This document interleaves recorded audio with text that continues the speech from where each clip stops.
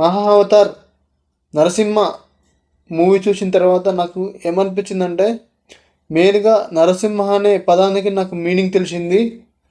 ఇక ఈ మూవీ నాకు చాలా బాగా నచ్చింది. ఎందుకంటే హాలీవుడ్లో అవతార్ సినిమా చూసినప్పుడు ఎలా ఫీలింగ్ అయితే వచ్చిందో, నాకు న్యాచురల్గా అనిపించిందో, ఈ మూవీ కూడా నాకు చాలా న్యాచురల్గా అనిపించింది. ఎందుకంటే యానిమేషన్స్ మూవీస్ అంటే మనకు ఎమోషన్స్ అంతగా కనిపించవు. బట్ ఈ మూవీలో చాలా బాగా ఎమోషన్స్ని చాలా బాగా చూపించారు యానిమేషను. ఇంకా మెయిన్గా చెప్పాలంటే పురాణాలు అంటే ఎలానో ఈ మూవీ డీటెయిలింగ్ చాలా బాగా చూపించారు. మహావతార్ నరసింహ అవతారం ఎలా వచ్చింది, దాని పర్పస్ ఏంటి, చాలా బాగా చూపించారు. ఇక మెయిన్గా భక్త ప్రహ్లాద అండ్ నరసింహ గాడికి మధ్య వచ్చే సీన్స్ చాలా బాగున్నాయి. ఇక క్లైమాక్స్ గురించి చెప్పాలంటే అరాచకం అని చెప్పొచ్చు.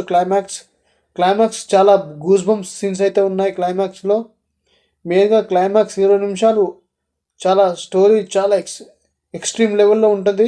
మనకు చూడాలనిపిస్తుంది, ఇంకా చూడాలనిపిస్తుంది, అంత బాగా ఉంది క్లైమాక్స్లో నరసింహ అవతారం చాలా గ్రాండియర్గా చూపించారు.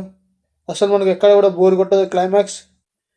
భక్త ప్రహ్లాదుల అండ్ నరసింహ దేవుని మధ్య వచ్చే గాడ్ సీన్స్ ఇద్దరి మధ్య వచ్చే సీన్స్ చాలా బాగా ఎమోషనల్గా ఉంటుంది, అంత డీటెయిలింగ్గా ఉంది. సో థ్యాంక్ యూ అండి. ఈ వీడియో మీకు నచ్చినట్లయితే లైక్ చేయండి, సబ్స్క్రైబ్ చేసుకోండి. Thank you.